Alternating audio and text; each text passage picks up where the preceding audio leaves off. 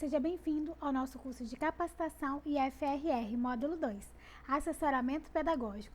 E na unidade 1, nós estamos perpassando sobre as legislações. Já vimos as legislações nacionais e agora estamos aprendendo sobre as legislações no âmbito do IFRR. Meu nome é Larissa Sombra e estaremos juntos no decorrer da unidade 2. E na parte 4, nós vamos estudar sobre a Portaria Normativa número 1, de 22 de fevereiro de 2021. Vamos ao nosso objetivo? O objetivo dessa unidade é sensibilizar os cursistas para a importância das portarias que normatizam as atividades não presenciais durante o período de pandemia no IFRR. A nossa cronologia segue assim.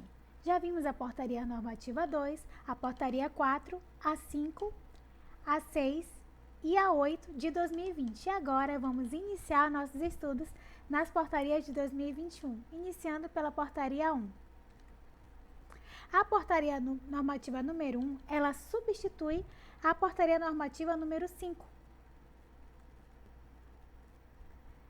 Vamos então conhecer um pouco mais sobre a Portaria Normativa número 1.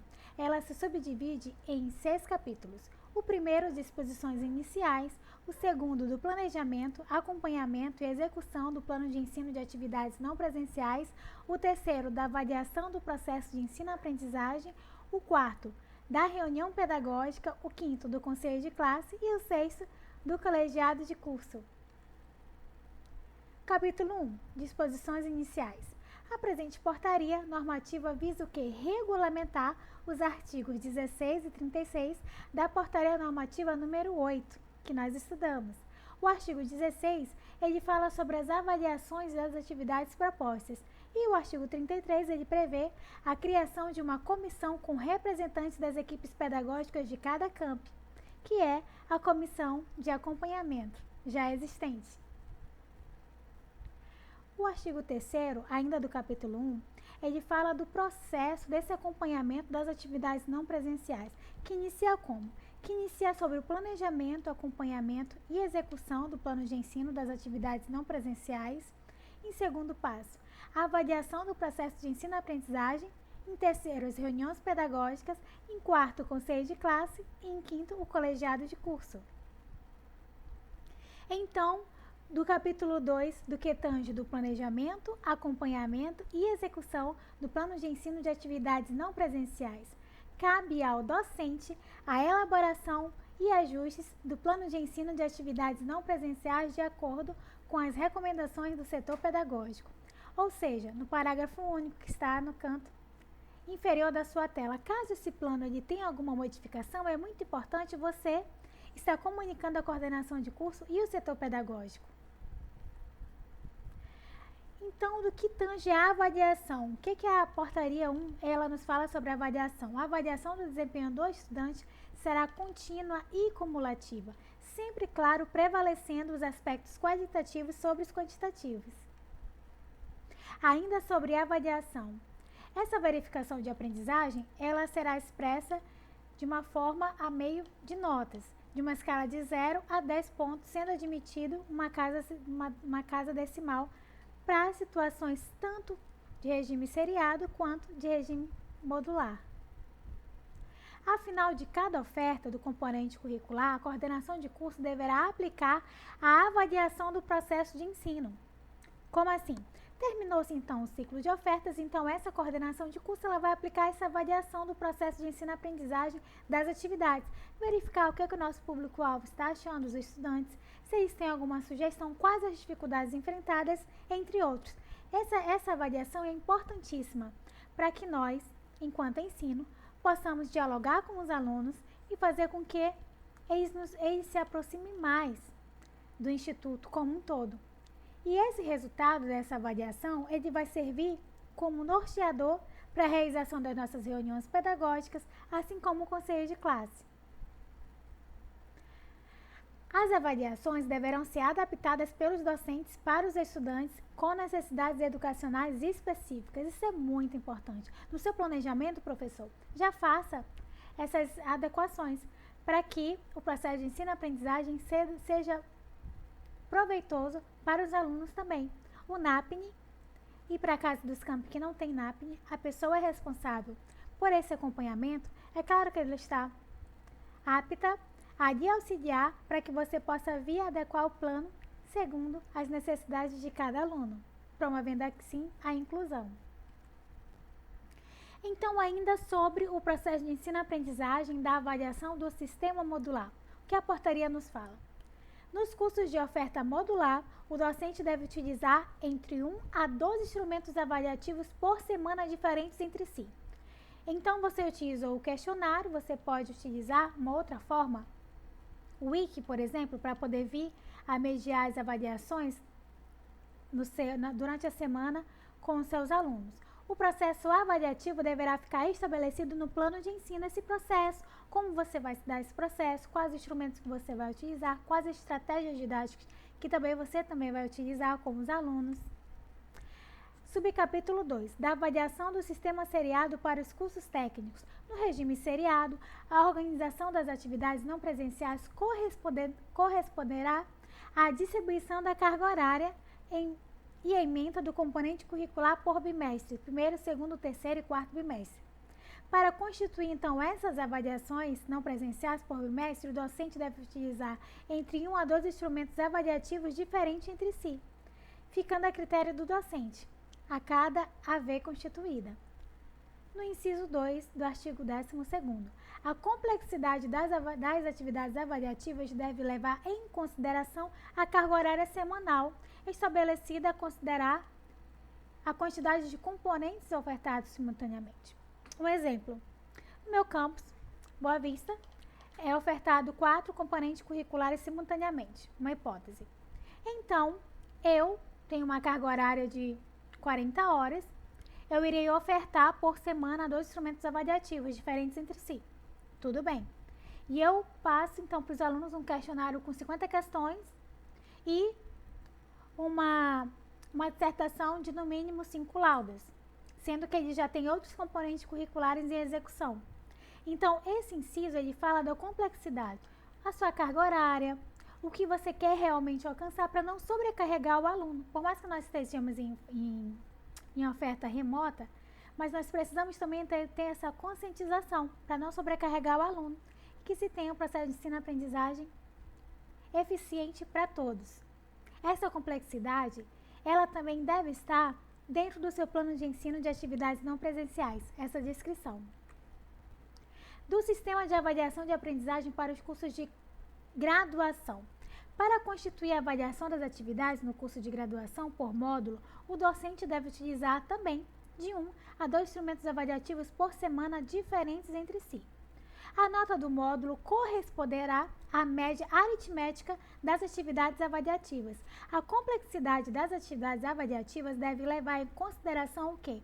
A carga horária semanal, a mesma situação. Leve em consideração a sua carga horária, a complexidade do seu processo de ensino-aprendizagem no componente curricular e também, caso o aluno esteja também em andamento em outros componentes curriculares. Atenção! Dos estudos de recuperação segundo a chamada e exame final. O estudante que não obteve desempenho acadêmico mínimo em cada ação avaliativa terá direito a estudos de recuperação, de preferência paralelos. Paralelo é aprendizagem. Os estudos de recuperação serão realizados durante a oferta do componente curricular, por meio de atividades planejadas, no plano de ensino, atividades não presenciais, no item acompanhamento pedagógico. Muito importante. Lá no seu plano de ensino tem o item acompanhamento pedagógico. E muitos professores aí têm essa dúvida. Lá nesse acompanhamento pedagógico, é o acompanhamento que o setor pedagógico vai realizar com os meus alunos. Não é. É o acompanhamento que você, professor, vai realizar com os seus alunos. Esse acompanhamento de recuperação da aprendizagem, quais as estratégias para poder vir acompanhar os alunos em meio às dificuldades pelas quais eles podem vir a enfrentar na execução do seu componente curricular. Caberá ao docente, no decorrer da oferta do componente curricular, a elaboração semanal de relatórios de acompanhamento, que tem aqui no anexo 1. Mas, muita atenção! Nós tivemos várias reuniões por intermédio da comissão de acompanhamento, lembra-se? Daquela composta por todos os pedagogos e tais de todos os campi? E nós detectamos que muitos pedagogos e tais, assim como os professores e coordenadores de curso, eles estão utilizando o ETEP. Sim, o ETEP que tem no SUAP, para poder registrar o acompanhamento com esses alunos. E por isso nós já colocamos em pauta nas reuniões e nós verificamos que o ETEP precisa fazer alguns ajustes para que possa atender todas as modalidades de ensino. Mas em alguns campi, os coordenadores de curso recebem essas demandas por e-mail, em outras estão registrando pelo ETEP, até que o ETEP seja disponibilizado de uma forma mais ampla que atenda todas as modalidades e os campi. Ou seja, esse preenchimento obrigatório do anexo 1 torna-se dispensável pela realidade de cada campi em questão. Continuando então com o nosso processo de aprendizagem do módulo 2, vamos falar agora sobre o capítulo 4, da reunião pedagógica. Essa reunião pedagógica, ela destina-se ao que é um momento de reflexão. Lembre-se daquela avaliação que os coordenadores de curso precisam estar realizando com seus alunos no término dos ciclos? Então, essa reunião pedagógica é um momento de reflexão. O que os alunos colocaram nesse questionário, discutir o que a gente pode vir a melhorar, aperfeiçoar, quais as dificuldades dos nossos alunos. Essa reunião, ela tem um caráter diagnóstico e prognóstico, e ela é consultiva, deliberativa. É um momento muito importante para esse diálogo. Ela torna-se viável para esse diálogo, esse aperfeiçoamento. Ela tem a convocação feita pela coordenação de curso, seu planejamento. Ela é realizada pela coordenação de curso junto aos setores pedagógicos e a periodicidade, ela depende muito da necessidade mediada, claro, pela coordenação de curso. Sobre o conselho de classe, o artigo 5º. O conselho de classe deve ser o espaço de quê? De reflexão, ação, tomada de decisões e investigação do processo educacional. O conselho de classe é importantíssimo para isso. A reunião pedagógica e o conselho de classe. O conselho de classe reunir-se-á ao final de cada ciclo. Terminou um ciclo, uma etapa de ofertas, então o conselho de classe irá se reunir, debater e verificar quais as dificuldades, verificar junto aos professores o que dificuldades os alunos tiveram e poder vir a mediar a aprendizagem dos alunos. Mas lembre-se, o conselho de classe também tem forma extraordinária, sim. Não necessariamente é possível se realizar o conselho de classe no final do ciclo. Ele pode ser realizado também durante o processo. Caso os pares do ensino do seu campus necessitem discutir sobre algo, ele pode vir a convocar o conselho de classe e discutir para poder vir a solucionar problemas e ter um espaço também de reflexão, não necessariamente e obrigatoriamente no final de cada ciclo de oferta. O capítulo 6 ele fala do colegiado de curso, que é destinado somente aos cursos superiores. Fala também da consideração da resolução 473/2019 do CONSUP. Caberá ao colegiado do curso que receber, analisar e encaminhar demandas do corpo docente e discente e tomar decisões de natureza didático-pedagógica sobre elas, desde atendam clara a legislação em vigor. Em segundo, propor soluções para as questões administrativas e pedagógicas dos cursos, tais como as que tratam de evasão, reprovação, retenção, entre outros. Vamos ao nosso pensamento? Você nunca saberá que resultados virão da sua ação, mas, se você não fizer nada, não existirão resultados. Mahatma Gandhi. Nossas referências bibliográficas, nossa equipe do módulo 2, eu, Larissa Sombra, pedagoga do Campus Boa Vista, juntamente com a Maria Elisângela Lima dos Santos, também pedagoga do CBV, e Juliandre Coutinho Viana dos Santos, intérprete do CAB. Nosso muito obrigada. Qualquer dúvida, pode enviar e-mail para o larissa.sombra@ifrr.edu.br e não esqueça-se de inscrever no nosso canal do Instituto Federal. Lembrando que todos os nossos vídeos estarão disponíveis mesmo após a nossa capacitação. Nos vemos no próximo vídeo.